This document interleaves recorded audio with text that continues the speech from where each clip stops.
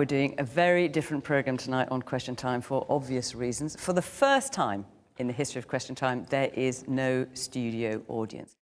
Hi, my name is Sam. I'm an A-level student at Weston College, and my question is, given the cancellation of GCSEs and A-levels this year, what is the fairest alternative for the students that have worked so hard for 2 years? Is it the case that this year group will be the one written off by universities and future employers? So, Francis, I'm sure you've been talking to head teachers and all sorts about this. What's the view? Where are we heading? Yeah, well, first of all, my heart breaks for him, and anybody who's had kids that age going through exams knows just how that feels.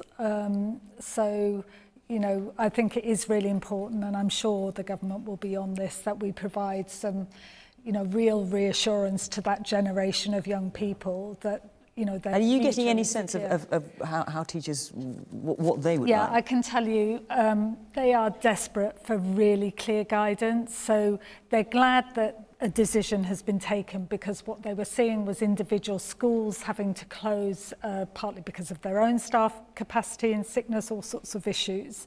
Yeah. So they're glad that there's a decision. They now need the really clear guidance on who are the children of key workers. Yep. How are we going to make sure that young people get that assessment that is fair and kind to them, given what they've been through? What do we do about kids in poverty, not just kids on free school meals, but we know because of what's happening with their parents that there are going to be more and more children joining the ranks of the poor. How do we look after them? And that's where councils again and voluntary organisations are so important. And also just to remember that teachers are mums and dads too, very often, and they've got those worries about what do I do, or what happens if I need to self-isolate. So, you know, again, we need some real help for parents, I think. You know, we have unpaid emergency leave in this country. Again, unpaid isn't going to put food on the table, so we need a joined-up approach. But I think teachers and support staff who are critical too. Again, we need clean schools to keep operating, but they want to be in the room with ministers talking about this, head teachers, support staff, because they're the ones who have to make it work. So they're desperate to have real dialogue. Let me just relay a tweet that's just come in from Kevin Hooper. When will pupils find out about how GCSE and A Levels are going to be awarded? He then goes on to say, today has been one of the hardest days I've ever known as a teacher. Saying goodbye to these pupils without being able to answer their questions.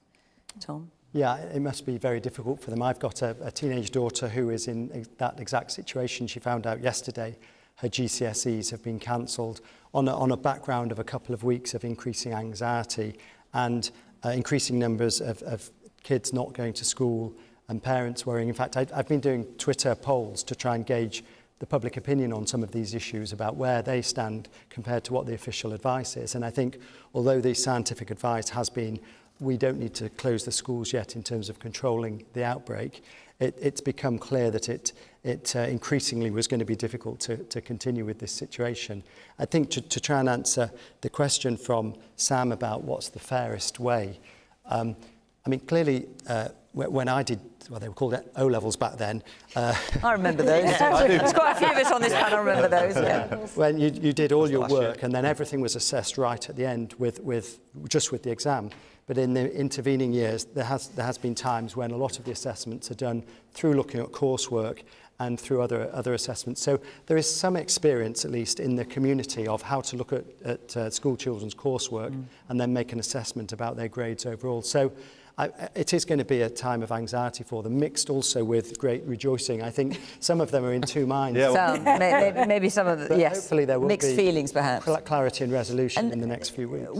I mean, as I understand it, we're going to hear tomorrow. Is that right? Exactly what's going to be happening with the GCSEs and A Levels and how children are going to be able to proceed? Well, and this question of the key workers as well, exactly how that's defined. Again, I've been working on that today. And is there anything you can tell us about that? Well, for instance, it will include not only NHS staff, but also social care, and those who are working on the supply of medical devices, like the sort of masks that we were talking about What at about the top of the people programme. who work in supermarkets, for example? Well, the list will be published tomorrow. We know we've got to get it out tomorrow, of course, because the schools are closing to everybody else from Monday. This was a decision nobody wanted to take. It's just an awful situation, and my heart goes out to Sam, who's worked so hard, and everybody in that situation. So we'll get that information out as fast as we possibly can. Has all of this happened a lot faster than you were expecting? No, it hasn't. It was all the steps we've had to take were put out in the action plan, 2 weeks ago. But in terms of fast, I mean, it was only a few days ago, no question of closing the schools. That's not quite right. We've always been clear that we weren't doing the steps at that moment, but would be prepared to if we needed to. And then we got to the point where we needed to. We've always said along this terrible journey, as we've been trying to battle this disease, we will do the right thing at the right time. And the decision over school closures had to be made because we've got to get the virus under control. And also, the faster we can get it under control, the faster we can then release some of these measures, as well as putting in place the testing that we were talking about at the start of the programme. I agree with what Matt is saying. I mean, I think it was the right call, and I remember being in the same position where kind of things that weren't looking like possible all of a sudden become so. Because this week, head teachers were finding things quite unsustainable on the ground, weren't they? Because kids were going off and teachers were going off, and it all became very, very challenging to hold things together. And my daughter is the same, actually, Tom. Yeah. Mine's an A Levels student, so definitely in two minds. Half of her wanted to cry last night, and half of her was getting the champagne out. So it was a really strange They drink champagne in the Burnham household. In terms of fairness, because I have a kind of feeling about this, obviously having spoken to her today, I think there has to be a fair process that looks not just at one thing, not just at predicted grades, but also at mocks and coursework, and takes a rounded sort of view and a fair process there. But then again, maybe let some who want to rerun the year. I know that might create capacity issues in colleges, but this can't be the lost COVID generation, can it? You can't just say, well, your year just was unlucky, sorry, and no one quite gets the university they wanted and their lives are thrown upside down. I think you need to kind of take the most permissive and supportive approach. And I thought I was hearing that from the Prime Minister yesterday, and I hope that I have confidence that the government will come forward with a fair process tomorrow. Angela? Yeah, I mean, you feel for all these people that have studied and worked so hard, and we hope that they get a full decision about what will happen with their exams. And as you said, Francis, I've got friends of teachers and they've got children now off school, and I think it's going to be challenging in many fronts, actually, lots of children off school. I mean, the thing about exams as well is they weren't always that fair, were they? On one day you go in a room and you have to... So in some ways this could be a fair process for them, actually. I think also the universities will be sympathetic. I'm at the University of Liverpool. There's been a lot of thinking about both looking after our current students who are now all working remotely, not missing any lessons, it's all happening online, but also how we will look after future students and make sure they have fair access.